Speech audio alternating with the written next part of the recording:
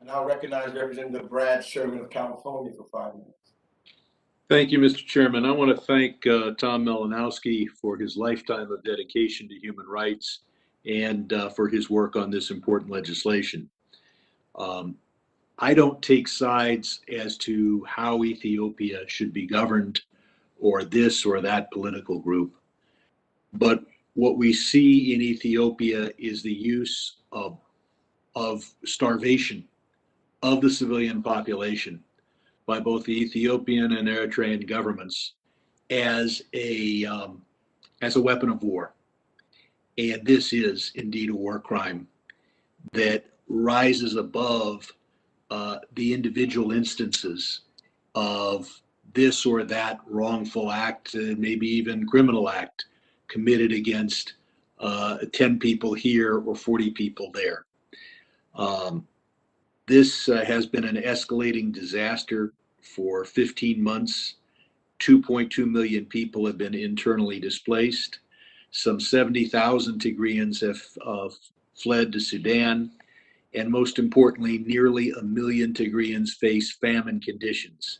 We need to end the Ethiopian government's and the Eritrean government's blockade of food. No humanitarian aid trucks have entered since December 15th. At most, you have one small plane coming in maybe every day, every other day to bring some medicine. That is inadequate to deal with the millions of people who face starvation.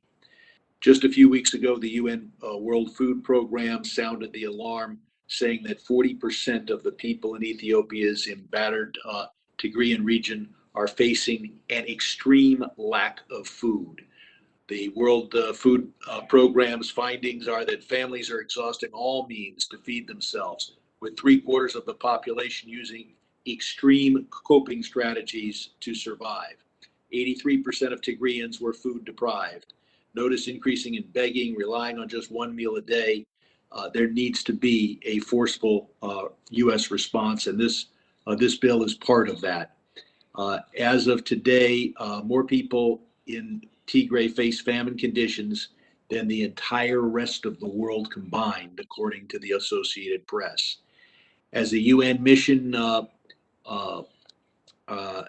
in Geneva, Chargé d'Affaires pointed out at the UN Human Rights Council special session on the situation in Ethiopia, the Ethiopian government has used starvation as a weapon of war by blockading humanitarian aid for entering Tigray, and I would point out that the Eritrean government is very much a part of that blockade.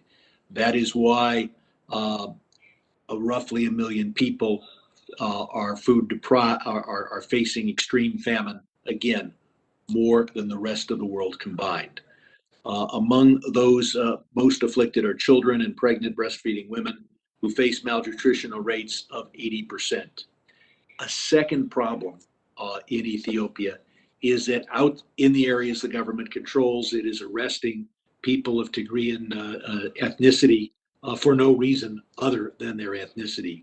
And I will be, at the appropriate time, introducing an amendment to focus on that particular problem. So we do face the problems of the drone strikes killing hundreds.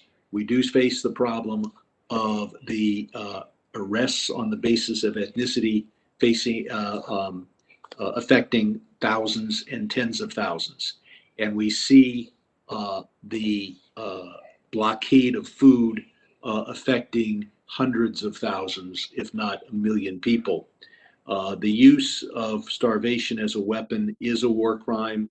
It is being used, and whatever the political disputes are, whatever, and we all hope that those are resolved and that there is a ceasefire and ultimate peace, whatever those are, do not justify the use of mass starvation of civilians as a weapon of war. And that is why I'm pleased that this resolution in 2 places identifies that war crime. And it's not just the Ethiopian government. Eritrea is there, could allow food in, deliberately doesn't. And of course, our embassy in Eritrea, Embassy Asmara, has stepped forward with a specific comment saying that indeed Eritrea is blocking food aid. This is a catastrophe. I'm pleased that the committee is addressing our attention to it here today, and I yield back.